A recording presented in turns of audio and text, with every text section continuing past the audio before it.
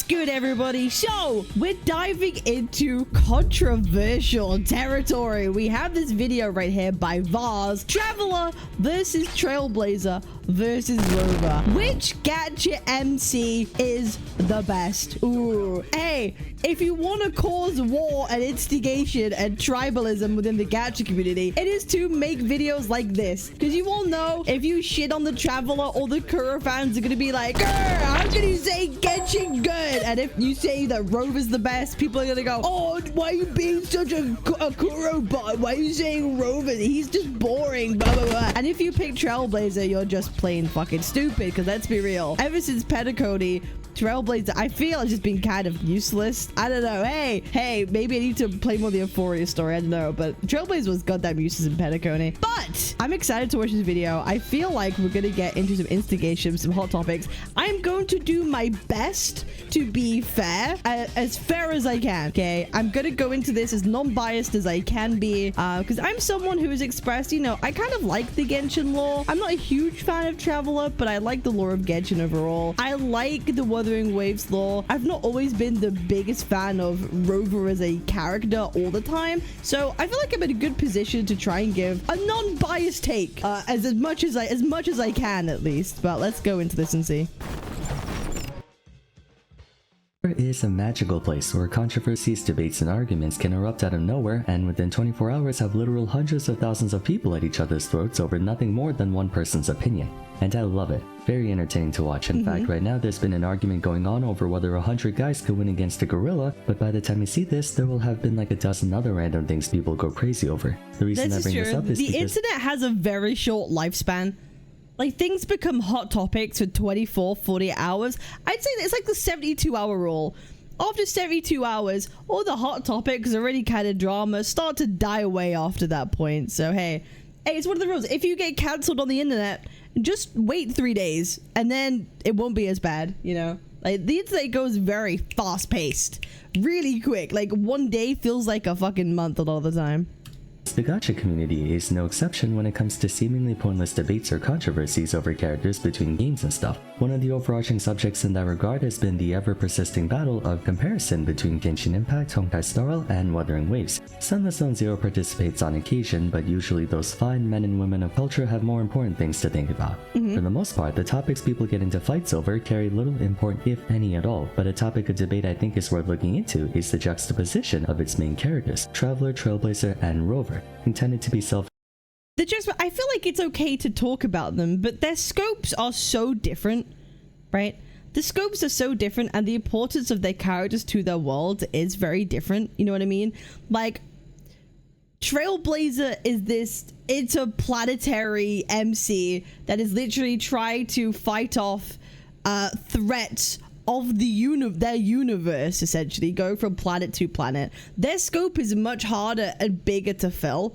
Rover right now is kind of based in Solaris 3 to do his stuff and, you know, make sure the laments aren't happening and to keep the world at peace for what we know right now. And Traveler is trying to basically, I feel like, become a god in order to save his sister. It's kind of how it feels right now. That he's on that path, you know, to find his sister or leave Teyvat, again, contained into one planet. So each three of these MCs have different scopes to what they're supposed to achieve with their character, and depending on the scope, you have to be very careful with how you write a story. Obviously, if you have a character like Trailblazer, you have to put a bit more effort into making that feel real, making that scope feel like it means something. So we'll see how this works. Vincent and the main character of each story, these three couldn't be further apart from each other in many aspects, and their respective communities have no shortage of discourse over a multitude of factors like design, gameplay, story, personality, etc. I think there's some merit to looking at this comparison in order to learn how there can be such a big difference in reception across all three. More importantly, we can learn how one may have been considered a success while another may have been deemed a failure. Let's get into it. I want to know if he's going to go into, like, talking about, you know, we have all the character details, but how the audience also receives the character, right? The audience's perception of the character. For example, like, Rover has the most spoken lines, I think, out of any of these MCs, right? And I wonder if it's going to go into how you as a viewer connect with the MC in that way. Or are we talking about the MC's presence within the story and how they interact with their world? That's going to be interesting to see. Full disclosure, I feel like I need to say this in every video involving comparison. I'm not a Kuro shill nor a Hoyo shill. I do not get paid to voice for or against either. All of what I say is from my own viewpoint and perspective, so keep that in mind. I have nothing for or against either game. When it comes to main protagonists, there's a lot you can do with them to add more flavor to the experience of a game. In some titles, the developers want you to play through a designated protagonist with a predetermined personality, habits, mannerisms, and so on. On the other hand, you have the self-inserts, or silent protagonists, characters who, while they may have an established personality, are first and foremost intended to represent you, the player. Neither option is inherently better than the other. It comes down to how they're implemented and executed. I've never been a huge fan of silent protagonists, because every time it happens, I never get too deeply connected to them. That's just a given. I never get too deeply connected to them. The only way to truly have a character that you really care about and what happens to them, I think, is they have to be spoken to some degree. That is just how I personally feel about it. We can like them and enjoy their character, or like their gameplay surrounding them, but I don't know if people have like a deep emotional connection to like what Link does, you know what I mean? Starl and Wuo's protagonists are of the latter group, self-inserts. I'm sure people would like Link a lot more as a character and want to engage with him more if he spoke. How about Persona's MCs? I feel the same way. I feel like if they actually spoke more and had more dialogue, then people would give more of a shit about them. Because I feel like people give more of a shit around the characters surrounding the Persona MCs rather than the MCs themselves most of the time. They tend to remain silent throughout most of their respective games, and their overall demeanor might come off as muted or perhaps dull so that the players themselves can project however they want their character to behave. But despite all three of them taking a backseat in favor of the characters and stuff happening around them, you'd be hard-pressed to call them the same, which is why there's been so much comparison between them. The consensus across most discussion platforms can be accurately summed up with the help of our favorite three-headed dragon meme. The gacha community at large generally agrees that while it can be difficult to pinpoint who is the best of the three, or if we want to include Weiss and Bell of the four, it's definitely easier to find out who is the worst one, Traveler. I already made a video talking about how Genshin really dropped the ball on their main character, so if you want to know where my thoughts lie on them, I suggest you— The most disappointing character, ooh. I think Traveler had so much potential to be an MC that people care about. The world building was there enough to really make you give a shit, make you care about his story, but Genshin Impact became more about Paimon than it became about Traveler, and I think that was it. That is its core problem. You know, the game spends way too much time with you interacting with Paimon and Paimon interacting with the world than the actual MC of the game interacting with the world around itself. So how could we possibly have such a great standing with Traveler when Paimon's there trying to like handicapping us most of the time? It's like it became too overbearing. It's way too much. You know, that's just one critique, right? That's just simply one critique. There's many more. The interactions with other characters that Traveler has, the actual story behind Traveler's motives, like I want to find my sister. That whole thing isn't nearly enough like fleshed out at this point after how many goddamn years. Traveler's a glorified delivery boy? Absolutely. Absolutely. And I don't feel the scale of his importance, right? Like I said earlier, he's trying to... It's heavily hinted that we're basically like a demigod, essentially. Traveler's supposed to be this uber strong character, but it just feels like we get like shafted at every possibility. At least Rover feels strong, right? At least Rover feels powerful and has importance, right? Traveler just feels like a little errand boy most of the time. To check out that video in full. Rather than focusing on that, let's instead look at the other two, Rover and Trailblazer, to find out what they didn't right. There are three central factors conducive to a successful gacha MC, at least in my opinion. First, design. If they are to be predetermined and not player customizable, visual design matters in capturing at least the marketability and memorability of the character. Second, involvement. Self-inserts may not have the most vibrant personalities, but that's all the more reason why their involvement in the game's narrative and world carries so much weight. The role they play, how their actions are in Traveler's basically a cameraman. I feel like you could also say that about Trailblazer though. Actions influence the outcome of the plot, and so on. Third, gameplay. Seeing as the MCs in Genshin Star and Wuthering. Okay, gameplay, Rover just clears. I think we all know that, right? Rover clears. Rover absolutely clears, but there's also something to be said for Trailblazer in gameplay with Honkai Star Rail. Remembrance MC is great, Harmony MC is great. The fact, you know, you can't use both of them kind of sucks. And also, that kind of applies to Rover at this point. People are going to be wanting to switch from Spectro to Era Rover in the upcoming patches, I believe. So we might have a similar problem. But the fact that, like, you can... it's kind of solo content with Rover just gives it the edge for me, right? Obviously, you can't solo in Honkai Star Rail. And so it's not really as a fair comparison, but it's you know, you can make good cases for both. But for me, just Rover's just like fun. Having Rover solos, everyone. Rover and Trailblazers have useful forms. Yeah, they are actually useful in gameplay. They're useful in gameplay, and I'll be real. You might think Rover, like especially male Rover's like design is kind of boring. I still think he's cool. I do. I can't help it. It's simple, but I like it. Are playable characters in and of themselves, how they play and what role they serve in their respective game engines are just as important as their narrative impact. Starting from a design perspective, I think it's a matter of personal preference, and so I don't believe any game really beats out the others objectively speaking. That's fine. That's fair. That's totally fair. If I'm being subjective, if I'm genuinely being subjective, for me, it's Rover, then Traveler, then Trailblazer. I'm not a huge fan of the I like the gray hair of the Trailblazer. I'm not a huge fan of the outfit. I like the female MC's design more than the male MC. But yeah, no, for me, it'd be Rover, then Traveler, then Trailblazer. I like Travelers, like Aether specifically. I like Aether's fit. It feels very like Zelda to me, and I quite like that. On a personal level, my favorite two designs are male Rover and female Trailblazer. Of the three male... Yeah, oh my god! Me and Vaz on the same wavelength. Bro, I would agree with that. Female Trailblazer, I think, would be better than Traveler if I was to actually rank it. Yeah, I would agree with this, actually. Protagonist, I find male Rover to have the most mature look to him, and the all-black aesthetic, while some may think is edgy or unoriginal, feels appropriate for the post-apocalyptic setting of Wuthering Waves. Agreed. A basic look, yes, but executed tactfully. As for female Trailblazer, I think still has bar none the best visual design among the 6 protags. A tomboyish appearance. Nah, I'd still say Rover's better, male Rover.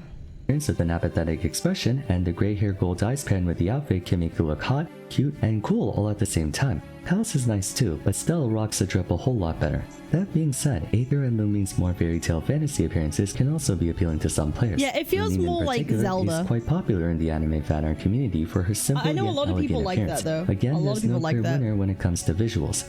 The same can't be said for personality, however. One of the biggest pain points of Genshin Impact is the near complete absence of personality or even dialogue from Aether and Lumine. They might make a few expressions here or there, but by and large they don't really say or do anything, making it next to impossible for people to either get an idea of their attitude and tendencies or project themselves onto them. Self-inserts have to be able to at least express themselves in order for us, the players, to impose our own quirks and gimmicks on them. Like, it's...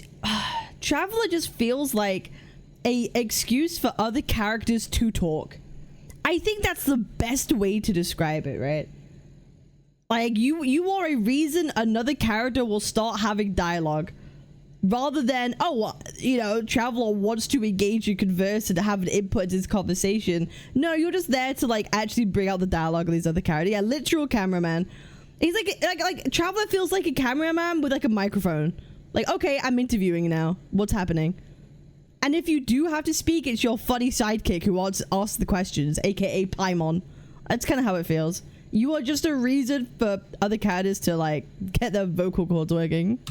By contrast, Trailblazer and Rover, while still mild in countenance, offer much more freedom in how you can depict them. A huge part of why Stella is portrayed as a smug posting trash goblin is because Hoyo literally gives us the option to play out the story like a smug posting trash goblin. To no one's surprise, the internet saw fit. That is true. Honestly, that's very fair. That's very fair. That is one of the better things I think about Trailblazer. Like, there have been numerous times where you could pick goofy art options in dialogue, but the thing is, just because you could pick the goofy dialogue doesn't mean that the characters around you will respond accordingly. That's the thing I think sets it back and doesn't make it feel truly great. is that your smugness and be kind of a shithead doesn't always land, right? I think that kind of happened in like 2.3, 4, the Bananarama stuff, whatever it was in Honkai Star Rail. You could be a little shithead. That was funny, right? That was pretty funny, but I think because the dialogue options in the end don't really matter, it kind of like mutes it a bit, but I do like the fact that it exists. Yeah, the illusion, it gives you the illusion of choice. Yeah, that's very definitely true. But it's still nice that it was there. I would like more goofy options for Rover, although there have been like numerous, but they definitely give you more like variety for Trailblazer. But again, it doesn't really mean that much if the characters don't respond accordingly. Her canon personality, because of course they were gonna. That can work for or against them, however. Sometimes their levity can diminish the severity of the situation when they're being flippant over serious developments in the story. Even during solemn moments, the Trailblazer might have a dialogue option that can be pretty disrespectful. Rover, on the other hand, has a slightly more established personality, carrying a calm and stoic viewpoint to them, along with an overall serious manner, especially during moments when they're expected to be, and they're often in many serious moments. In addition, they get visibly angered when their friends are compromised, like how when Scar made Yang Yang disappear, and you can see Rover being clearly pissed off. Throughout the Black Shores arc, and don't get me started on the Traveler's lack of emotional expression. Or how about just Genshin's lack of emotional expression for all its like characters? Like the face rigging is just, bro, it's so bad. It really is. It's not great. I prefer Wise, his riz as he breathes. Honestly, I genuinely feel if they included ZZZ in this, Wise might be come out not necessarily on top, but be really surprising. I don't know. I feel like you could make a really, really good case for why Wise and Bell, Faithin, would be the best MC. I genuinely think you could make a good case for it. Several other times you got to see their optimistic perspective and sense of humanity on full display, especially when it came to other characters, such as how they treated Shorekeeper like a real person despite being nothing more than sound frequencies given form. While Rover may give off the impression of being uncaring, brooding, and blunt, the moments where they do show personality end up really shining through, a stark contrast to Genshin's Traveler, who barely shows any emotion at all or does anything to highlight what type of person they are. That brings us to the second aspect of the MC's involvement. What purpose do they serve in the overall game? And that's yet another element where I find Trailblazer and Rover to excel, while Traveler falls short. Broadly speaking, the main dissonance I feel from Aether and Lumine is how I feel as if they can be removed from the game, and the events of most of Genshin's dominant narrative can still unfold in the exact same fashion. I felt the same way with Trailblazer and Petacone. Firstly, the fact that it's almost implied apart from the Firefly stuff, the entirety of toThe is just filler to them. I know that can be a pretty hard statement to make, so let me elaborate. In contrast to Trailblazer and Rover, who are established to be the same person with just a male and female version, Aether and Lumine are just siblings, not counterparts. Therefore, they have their own separate roles in the game, with the sibling you chose being the main character and the one not chosen working with the Abyss. This affords the Traveler a huge potential advantage and appeal over the other two, as there's an entire potential subplot involving the main characters themselves. However, yeah, but somehow they managed to like cock this up, right?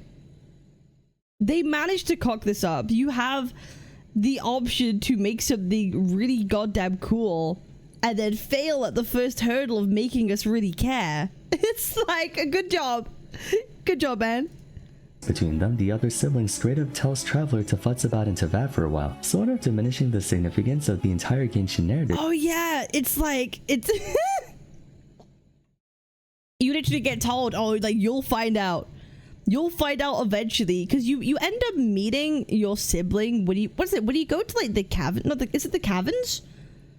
When you get to that kind of like section, you start finding out more and more when you know, do your stuff with Dainsleif. And you finally meet your sister again, and then it does just feel kind of underwhelming.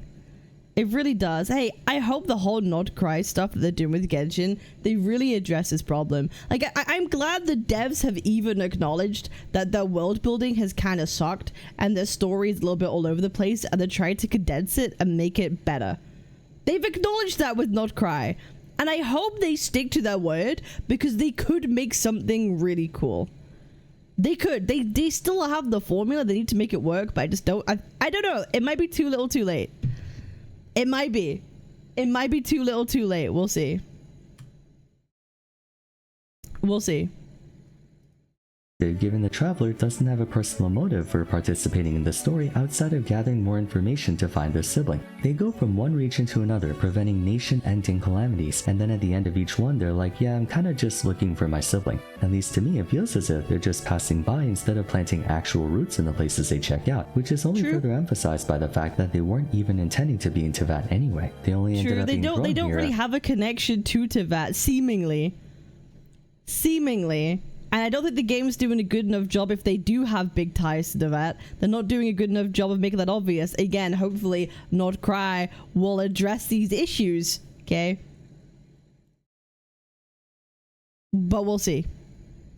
After fighting the unknown god. One could argue having an ultimate goal of reuniting with their sibling is a big motivator for why they're going from one region to another, but not much character development takes place if at all. The destination is there, but as the cliche goes, it's all about the journey, and I don't really know if the traveler cares much about that journey. They might be going to new regions, meeting new people, and solving new problems, but none of it feels like it brings them any closer to their end goal, which ultimately makes it feel like a filler journey.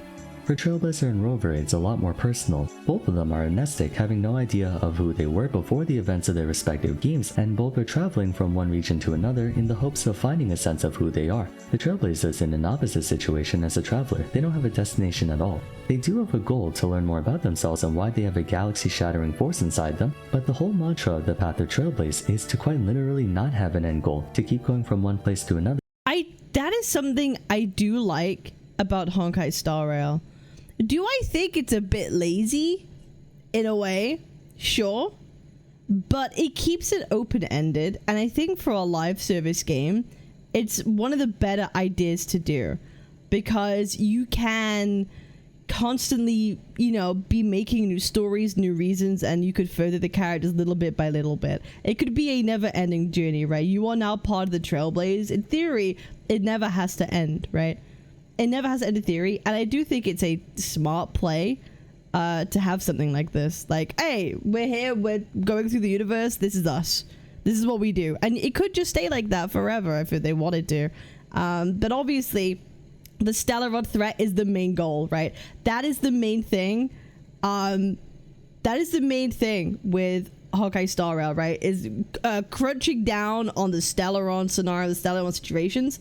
And you could say, even the good thing about Honkai Star Rail in that sense is even if they conclude that whole arc, they find Nanook, they fight Nanook, they slay the Aeon, right? They slay the Aeon, they get rid of the Stellarod crisis. You still have a basis of like, hey, we're still part of the Trailblaze, we can keep going, right?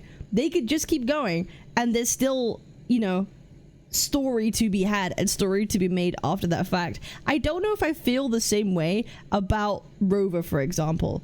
I can't picture that. Like, what happened? So we prevent laments, we try to find out who we are, but there feels like that's the thing. Like, what is Rover's want and end goal? I don't think is as clear, for example, as Trailblazers.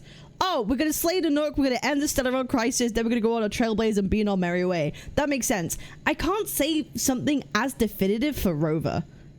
And I think it's subjective whether or not you like that or not. Some people might like the fact that, oh, it's Rover's also very open-ended and we don't really know, and that's intriguing enough. And that intrigue makes me want to keep playing and why I like it. That could be a reason for somebody. I think for me personally, in my subjective opinion, I like the idea that there's a clear-cut thing with like Trailblazer, personally. They're doing whatever they want. By extension, in Star Rail, it's less about the Trailblazer individually and more about the Nameless as a collective. Seldom do you ever find it being just Trailblazer, they're always together as a group, making Star Rail more of a team-focused narrative rather than a solo journey. I suppose the main mystery is what their association with Kafka and the Stellaron Hunter signify, but apart from that, at the beginning of the game, it was stated by Kafka to basically just vibe out and have a good time for now. Rover starts out the same way. Their main motivation is to rediscover who they were, yet at the same time they're also equally invested in discovering new things, starting a new life, and getting involved with the people around them, further highlighted by the personal decisions they make, such as their aforementioned care for humanity like the Shorekeeper arc. That entire part of the main story was a personal journey. We haven't seen. I don't like Rover because he feels like he's touring. He's a little bit similar to Traveler in that sense, like he's trying to find out about himself as he's going from region to region. And I've kind of made this criticism and this critique before. I would like Rover to have a very, like, a deeper motivation other than I just want to save the world. Because I feel like he goes from place to place and he gets told what's happening and he gets told about a threat and then he has to then go and deal with that himself. Now, people could say, oh, what about the shorekeeper stuff? And sure, okay. He definitely has his own motivations in that regard, his own will to want to help people and to save people. But I want to see something more from Rover than I just want to save and help. I want to see what he or she really desires and what they want to be other than recover their memories and help for the greater good. That's the most like cliche thing. I wonder if they're going to do something more in depth with him and give him more of like an overall like arc at some point. So that's kind of what I'm hoping for. Did he go to Ridicita for Abby? Yeah, because Abby's sick and needs healing, right? Abby's sick and needs healing and they need Abby to be well for him to kind of figure out more things. Sure. That within Genshin outside of maybe the two-parter with Albedo and Dragonspine, and even then wasn't the shorekeeper stuff something that he sort of accepted as well? Like, hey, no, the past you and Sag and River just goes, okay, I care about you now. I mean, Fig, you know that's been my take since 1.3, right? But everyone shits on me whenever I talk about it, so I don't know if I want to go over it now, right? Like, you meet Shorekeeper, you're someone who, you've lost all your memories, and suddenly you come across someone who's like, oh my god, Rover, we're meant to be together, I just want to be by your side forever. And Rover just kind of goes, yes. And then suddenly really, really cares. It's like, to me, that just, it didn't feel right. Like, it didn't feel like that was like deserved or earned in some way. But hey, people like, you know, a waifu being kind of simpy for MC. People end up liking that stuff, right? I kind of gloss over it, but that was my critique over the 1.3 stuff. But people hated me for that opinion. Like, no, Shorekeeper is peak, she's lovely, she loves us. It's like, okay, but like, hey, if you have amnesia, you've never met someone before, and someone comes up to you and is like, oh my god, we're meant to be together, I found you and I never want to leave you again. Surely you'd have some kind of internal dialogue and be like, oh my god, what the fuck is happening? But Rover didn't have any of that. He just immediately accepted it. It's like, yes, now I'm gonna do this and save you and whatever. It's like, it felt like a bit strange, but hey, gacha be gacha, you know what I mean? Waifus be waifus. But like, it's you know, that was a critique for me for 1.3. So again, I would like Rover also to have motivations to me that make sense. And it's hard to say whether or not that story quest had any lasting impacts on the lore of toThe thereafter. That's just kind of underwhelming. I kind of agree, but again, if I say so, I'm gonna get slated everywhere. More pressing than Rover though is how the world sort of makes it a point that they're the centerpiece of the story. Even though the spotlight is shared with the other characters, as shown in Renacida, where it's a group effort where you team up with Zani, then Phoebe, then Carlotta and whatnot, the characters take a vested interest in Rover specifically, implying that it starts and ends with them. There's even a heavy suggestion that Rover might have been a being of great power and influence, evidenced by Drea calling them Arbiter and being the apparent founder of the Black Shores, which is a major distinction between them and Hoyo's protags. Rover was in this world before and had stuff going. They're not some new guy coming in and getting things done. There's a hugely established narrative surrounding the character which adds to their intrigue. Among the three characters, they're the ones with the most main character energy, making us, the players, feel like our actions and our involvement in the story matter a lot more than just being an interloper in affairs not concerning us. So having said that, now would be a good time to move into their gameplay aspects. Much like how Aether and Lumine are depicted as a silent observer surrounded by the actual important people in the world, that ends up being represented by their gameplay, where they have extremely little, if any, presence at all in the metagame. From the perspective of power level, it's places. Oh shit. Oops. What the fuck is going on? Oops.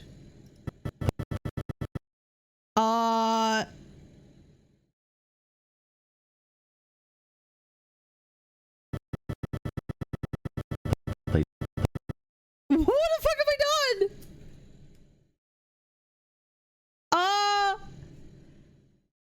Hello? Video?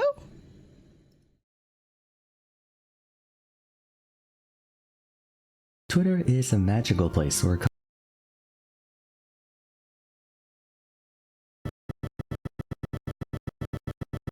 huh? What the fuck have I done?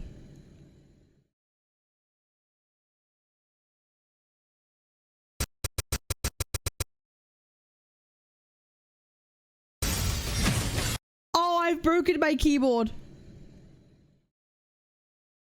Oh. I spilled water on my keyboard earlier and I think it's broken my keyboard. Oh no. Oh, that's not good. I spilled water on my keyboard earlier and I think now it's... Oh no. Oh no. Oh fuck me. Oh god.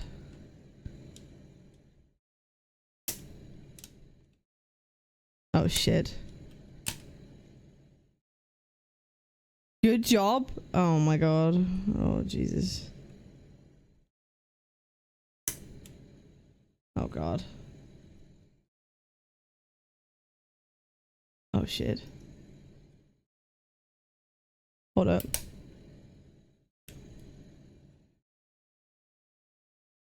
Okay.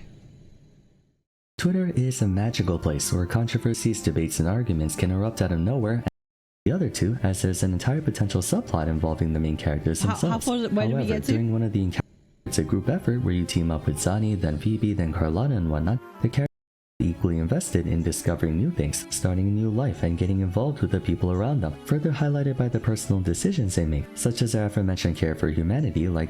Where the fuck were we? Holy shit.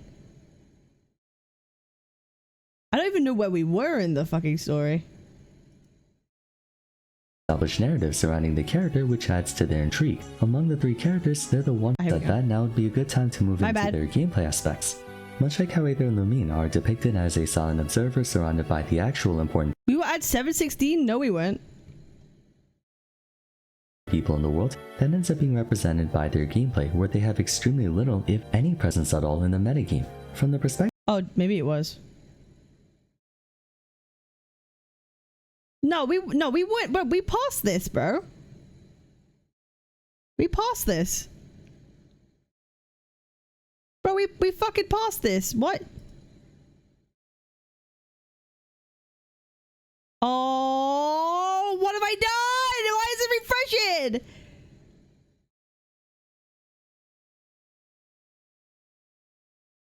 Twitter is a magical place where controversies debate at all. They do have a goal to learn with Kafka and the characters take a vested interest in Rover specifically, implying that it starts and ends with them. There's Rover was in this world before and had stuff going. Oh my god, what the fuck? Where was the timestamp? Oh my god, I'm actually gonna kill myself in game. More than just being an interloper in affairs not concerning us. So having said that, now would be a good time to move into their gameplay aspects. Much like how Aether and Lumine are depicted as a silent observer surrounded by the actual important people in the world, that ends up being represented by their gameplay, where they have extremely little, if any, presence at all in the metagame. From Around the middle? Of power level. Was it? Was it?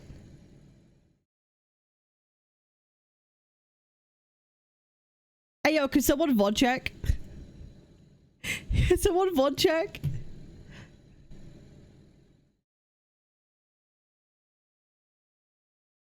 Literally where we were. Okay. It's not a controversial thing to say that Traveler is a very weak unit, one of the weakest in the game, further damaging their image in the eyes of players, where in the story we see them clashing against these god-smiting threats, but then in-game they can barely do anything of import. Ludo narrated this 716. It's not 716! It's not 716! Guys, it's not fucking 716! Holy shit, that was after my shit freaked out. Oh my god. Holy fuck. Holy fuck. I was rewinding myself. Hold up. I was rewinding myself. Holy shit. Holy fucking shit. Holy shit. Holy shit. Holy shit. It's not 716. It's not 7... Anyone who says 716, I'm banning. I'm banning everyone who says 716. Holy shit.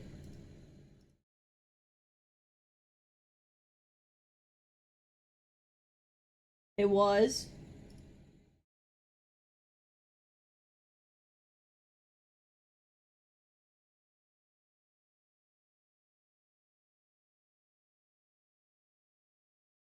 Twitter is a magical Why is it reloading? Why did it reload? Bro, what the fuck is wrong with my keyboard? Oh, this is not good. Oh, I've broken everything.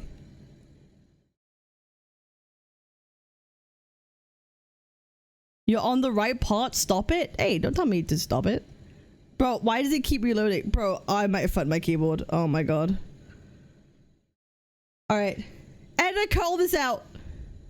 It's not concerning us. So having said that, now would be a good time to move into their gameplay aspects. Nice, here we go. Much like how Aether and Lumine are depicted as a silent observer surrounded by the actual important people in the world, that ends up being represented by their gameplay, where they have extremely little, if any, presence at all in the metagame. From the perspective of power level, it's not a controversial thing to say that Traveler is a very weak unit, one of the weakest in the game, further damaging their image. Yeah, Traveler is like kind of ass. The only Traveler that was decent was Dendro Traveler. And I say decent because there wasn't that many Dendro things, characters at the time. And you could like AoE apply Dendro, if I remember correctly. So that was the only reason why Dendro Traveler was an absolute complete bloody like garbage. Genuinely the only reason why it wasn't garbage. But yeah, the rest of them, like, oh, don't get me started on Hydro Traveler. Because Dendro's OP? Yeah, exactly. There wasn't many Dendro characters, and Dendro, like, the Hyper Bloom was kind of OP. That's the only reason why that was good. Don't get me started on Hydro Traveler. Bro basically had a bubble gun. Oh, it's so bad. Like, you don't feel powerful. You're meant to be like a demigod, kinda. You're harnessing all these elements. You're super important. And bro just gets out a bloody bubble gun. What? What? You feel pathetic. You actually feel pathetic. The only time, like, Traveler felt powerful. Oh, remember that time where they never really used their skills in cutscenes apart from that one time in Inazuma, right? It's like, goddamn, like, Traveler feels weak. At least Rover, at least Kuro are going by, you know what? Yeah, we are a god. We're Lord Arbiter. And you get that very quickly, but at least you feel bloody cool. Let's not forget 2.2 with Rover, where like you could like multi-wield all the different elements. You feel like a badass every time. At least they make you goddamn cool, right? At least they make you cool as hell. In the eyes of players, where in the story we see John them Arbiter against these god-smiting threats, but then in-game they can barely do anything of import. Little narrative dissonance can really screw over a character's reputation, and Traveler is proof of that. Kind of hard to like your main pro-tags when you don't see them kicking ass in the actual gameplay like they do in the story. Take Goku for example, he's the strongest character in Dragon Ball, but then imagine— I also don't feel Traveler's power, not Traveler's, Trailblazer's power. Trailblazer doesn't feel that powerful in cutscenes and in story, but in gameplay, they're pretty useful, right? For that, the patch that they exist in, they're very useful, sometimes meta, right? Until they get a 5-star replacement at the end of the patch before they move on to the next one. As they patch like 2 point whatever, you have a replacement. What is it? Like Fug You for Harmony MC. That came at the end of the whole Penacony arc, the 2.0 thing. The same thing will happen with Remembrance. But until that happens, the gameplay for Trailblazer becomes like kind of meta in a lot of respects, which is, you know, that's a fun thing to have your MC do that. But yeah. Imagine him being the weakest character in every single Dragon Ball game. It would rub people the wrong way. As for Trailblazer, just like how their involvement in the story takes the form of being part of a group, the Nameless, instead of a lone wolf, we find their later— Is Trailblazer strong lore-wise? Well, due to the fact that our main goal is to take down an Aeon, we are supposed to become very strong, maybe equivalent to an Aeon eventually, right? Right? Equivalent to. I feel like they're trying to make us the new Akavili, so we should be getting stronger. We have a ceiling to look forward to, right? And Rover is just like Lord Arbiter God already, so we're trying to get to that position as well. Iterations to be emblematic of just that. Harmony and Remembrance Trailblazer are two of the most pivotal supports in the game, while at the same time relying on a proper team to make the most out of their supportive utility, just as those teammates rely on the Trailblazer. It's a very clear representation of the close relationship the Astro Express crew has with each other, where everyone looks out for everyone. Honestly, it's almost poetic. Physical Trailblazer sucks because it was their first path and the one that was made before they joined the Nameless. Fire Trailblazer also sucked, but there were signs of team play coming in. Then came Harmony Trailblazer, which was after Kylus and Stell settled into their— I disagree. Fire Trailblazer sucks now. Obviously, no one uses Fire Trailblazer. But again, during 1.0, Fire Trailblazer, a lot of people used. And was very useful because we didn't really have like many tanky, taunty shield characters. So Fire Trailblazer was absolutely like used a lot during 1.0. But as soon as we get to Petacone, obviously Harmony MC took the stage, and now with the Furious, it's Remembrance MC. So I don't agree. Fire Trailblazer was useful at the time, but like, not anymore. The diminishing returns, absolutely. You know what I mean? Like, no one's gonna use Fire Trailblazer now, but people will still use Harmony MC and Remembrance MC because they open up their own metas. Fire Trailblazer was useful, but didn't really offer a meta that could stick with long term, but the others can. So yeah, definitely weaker than the other two, but definitely was still very important. Their new life and found family. By the events of Amphorius, they have an incredibly strong bond with their new friends and family, demonstrated by Remembrance Trailblazer being the strongest of the 4 paths. You could also maybe interpret their increasing strength as them getting better at using the power of the Stellaron inside them, as well as the blessings of the different paths they come across. And I'm sure many of us were under the impression that as Traveler gained access to more elements, they'd grow stronger and stronger like the Avatar or something. But they didn't, whereas the Trailblazer did. Yeah, that's not felt that way at all. Every time we get a new power for Traveler, I don't feel any particularly way stronger. Rover is where things get interesting though. Just like how the lore strongly implies they were a powerful figure in the past, the Rover of today was depicted in the same fashion through their gameplay. From the very beginning, Spectral Rover, they were already strong, much more so than Animo Traveler or Physical Trailblazer, a good general utility attacker with a bit of everything to them. Their Havoc version's even more powerful, especially for a free attacker, on par with them not potentially beating out lore-wise and gameplay-wise, Rover's just so cool. 5-star attackers. Arrow Rover might be in a weak spot right now, but we know that it's only don't diss my Arrow Rover. Actually, I could still do Hazard Tower clears 3 stars with my Arrow Rover. So this is misinformation, okay? He could still clear at S1 with not even like with a Chagley's weapon, right? He could still clear. So imagine my boy at S6, okay? Imagine my boy at S6 who actually don't diss. He's a support and a support, by the way. Spectro and Havoc are damage dealers. Arrow Rover is a support and he can still 3-star Hazard Tower right now. So tell me that isn't strong. Tell me that isn't strong. I'm telling you, Arrow Rover will be a good sub DPS. He will deal damage for you. I promise. Because the foundation hasn't been put in place yet. They need more weapon refinement. I'm coping so hard, by the way. Bro, I am coping so hard. But am I wrong? If you could 3-star Hazard Tower right now with Arrow Rover at S1, isn't that a really good thing? Doesn't that make Arrow Rover kind of like cracked? I don't know, bro. Hey, listen. Imagine him in S6. Hey, that's all I'm saying. Sequences and a team that can actually make use of erosion.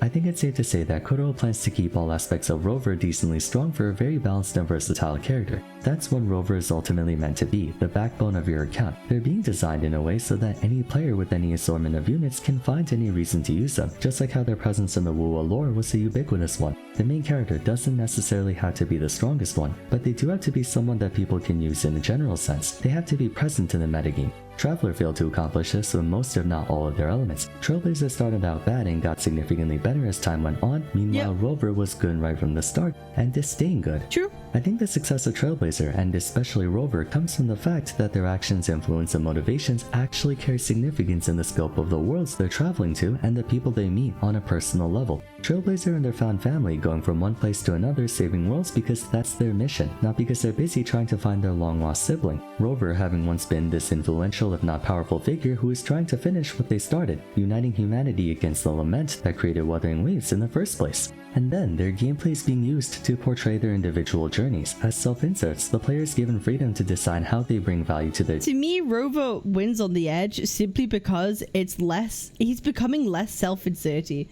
Especially after 2.2, the amount of dialogue and interactions he has with the characters around him feels a lot better. It feels a lot nicer. And I really like that. And I think to me, that is literally the main reason why it pushes it over the edge for me. Is because I'm starting to feel more of Rover's actual personality come through. And I love that. Yeah, he's learning his personality and I do love that. Yep, I do like it. Teams and how they succeed. Yeah, he actually talks!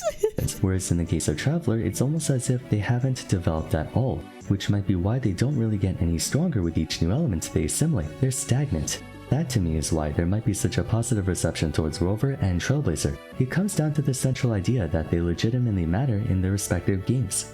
What do you guys think about this? Do you agree or... matter of the respect to game, but I don't know if Trailblazer matters enough. Again, maybe I need to play more of the Euphoria story and maybe they fix that. But I know in Penacony, Trailblazer also felt like a cameraman. We were just there for Firefly. So we'll see. Or disagree with my points, let me know in the comments down below. That'll be it for today, so if you enjoyed the video, I'd appreciate it if you'd like to like and subscribe. Don't forget to follow me on Twitter at @VarsFarum, join my Discord server, and check out my other Wuthering Waves discussion videos if you haven't yet. But till next time, thanks so much for watching, and I look forward to seeing you again soon. Take care. Honestly, I think this was a really fair video.